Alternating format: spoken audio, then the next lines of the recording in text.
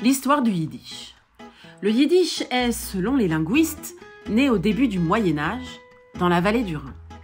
Les communautés juives de l'époque avaient besoin d'une langue, bien à elles, pour la vie quotidienne, sans avoir à utiliser la langue locale, mais aussi dans le domaine des études et de la liturgie. Le yiddish s'écrit en alphabet hébreu. Son vocabulaire se compose d'éléments germaniques, sémitiques et slaves. Le yiddish est la langue juive qui a connu la plus grande expansion géographique avant la Seconde Guerre mondiale. Avec le déplacement des populations juives vers l'est de l'Europe, pour cause de pogroms et autres violences, des phénomènes de fusion ont commencé à jouer avec les langues des contrées traversées. L'accent était différent selon les zones d'habitation. Le yiddish ne sonnait pas de la même façon en Pologne, en Lituanie ou en Roumanie.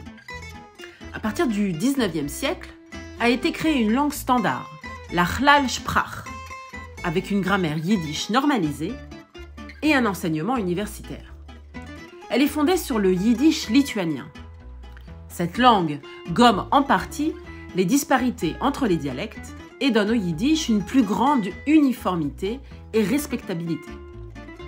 À cette époque, le yiddish intègre dans son vocabulaire de nombreux mots issus du grec ou du latin, dans le champ lexical politique, technologique ou scientifique. Ce travail est dû à Samuel Joseph Finn, qui, avec d'autres auteurs lituaniens, pose les fondations de l'historiographie de la littérature juive en yiddish. Dès la fin du XIXe siècle, début XXe, la presse juive a été florissante jusqu'à la Shoah. La littérature yiddish faisait l'objet d'une réelle passion de la part de ses lecteurs. Là où des juifs arrivaient, se montait de suite une bibliothèque. Chaque association avait la sienne. La Shoah, ou Churban, comme on l'exprime en yiddish, a changé la donne.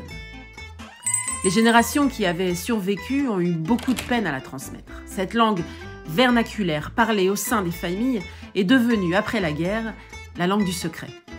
Les parents l'utilisaient entre eux pour que les enfants ne comprennent pas ce qu'ils se disaient. L'univers yiddish était empreint d'une certaine tristesse, mélancolie, mais associé pourtant à un humour ravageur.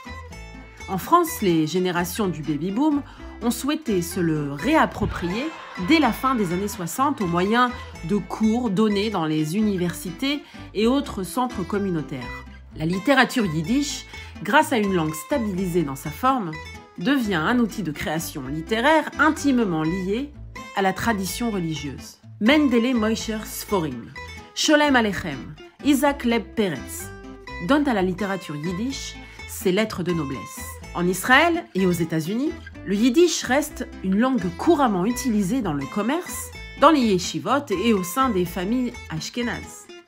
Aux États-Unis, la littérature yiddish commence à se développer après la Première Guerre mondiale. Isaac Bashevis Singer, prix Nobel de littérature en 1978, en est le plus illustre représentant. À la fin des années 70, le phénomène musical klezmer naît.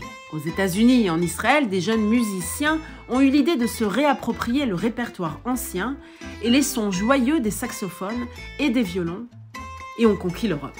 Des musiciens actuels juifs et non juifs multiplient les créations dans ce domaine musical. Grâce à Internet, le yiddish est resté très vivant. Les réseaux sociaux publient régulièrement des documents précieux qui étaient devenus introuvables. En Israël, des mesures culturelles et sociales sont prises pour préserver la langue. Le yiddish serait une langue morte ? Non, le yiddish n'a pas dit encore son dernier mot.